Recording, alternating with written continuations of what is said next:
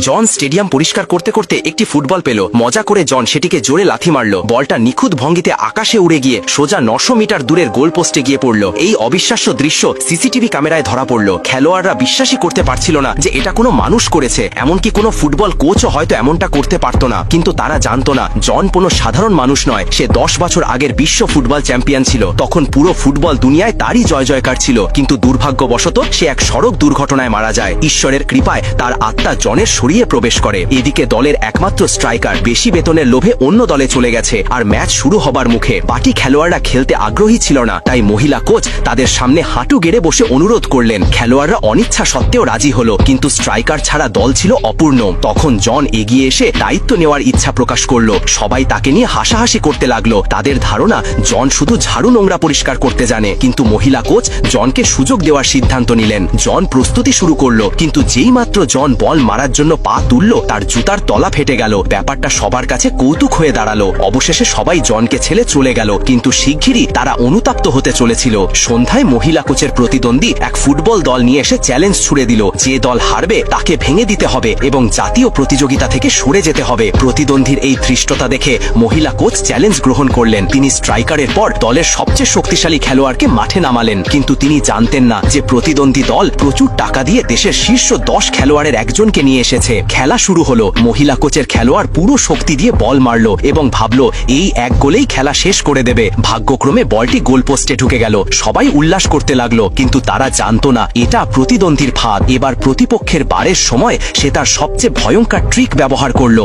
বল 5000 mile প্রতি second গতিতে গোল পোস্টের দিকে ছুটল। গোলকিপার ধাক্কা খেয়ে সোজা উড়ে গিয়ে অজ্ঞান হয়ে গেল। প্রতিপক্ষ মহিলা কোচকে দল ভেঙে দিতে ও ম্যাচ ছেড়ে দিতে বাধ্য করলো। কিন্তু তখনই জন এলো। এখন জন